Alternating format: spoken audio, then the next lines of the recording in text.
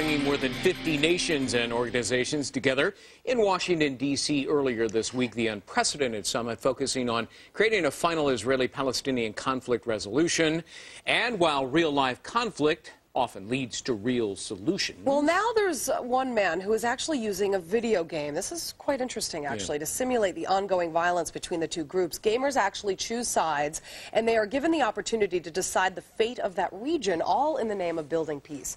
The creator of PeaceMaker is here on the couch with us. Asi Barak, thank you very much for talking to us. Sure. Hi. How do you take the conflict between the Palestinians and the Israelis and then teach people about it in a video game in this sense? And how do you think the people in the Middle East are going to react to this?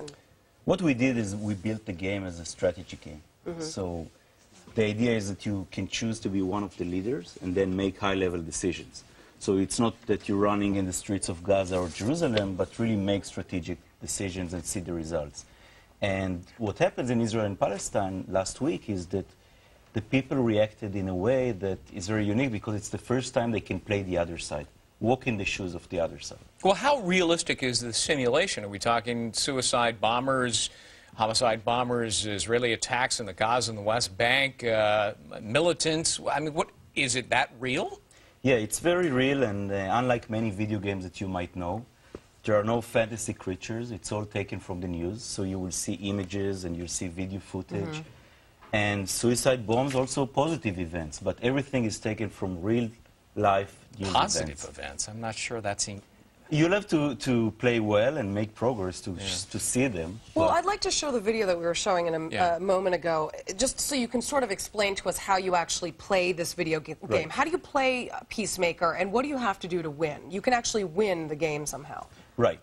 So the idea is, first of all, we'll choose a side. So we'll be the Israeli side or the Palestinian side. Each one has different goals. Once we start, we'll start to respond to events. We'll choose high-level actions, military, security, political actions, and strategic actions, and we'll see the results, and then we'll respond again. And it's a balancing act. It's like, you know, walking on a tightrope.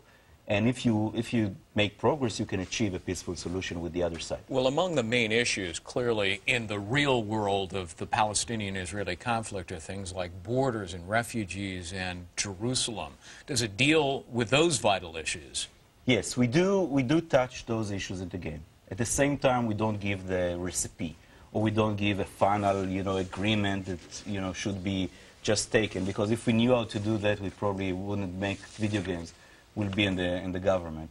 But the idea is to give some idea about those issues, what is the meaning of them, and what are the challenges that the leaders are facing. Okay, so you gave these games out this past week, you were saying. What has been the reaction from those in the Middle East and the Palestinians that are playing these games for the first time, being able to defend themselves against the Israelis, which is such a conflict in itself? It's interesting that you've actually formed a game about it.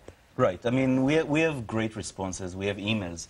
Luckily, people now can respond and send us their feedback in like a matter of hours. And we had a Palestinian guy that said, the title of the email was, "I did it. I made peace in Palestine," and he wanted us to respond and talk to him. And we had similar emails from the Israeli side. Has Mahmoud Abbas, Ehud Olmert played the game? Maybe they should. That would be interesting. I know. Then finally there would be peace. And by the way, they should play the opposite. Abbas should play the Israeli point of view. Olmert should play the Palestinian point of view. Maybe they truly understand each other better. Right. All right. Wow. So forget the UN. Let's just count on video games. Yeah. I mean, that's well, you know what? You got to think outside the box sometimes, exactly. and that one's been going on for 60 years. Asi Barak, creator of PeaceMaker, thanks for being with us. Very interesting. Thank you. Thank you.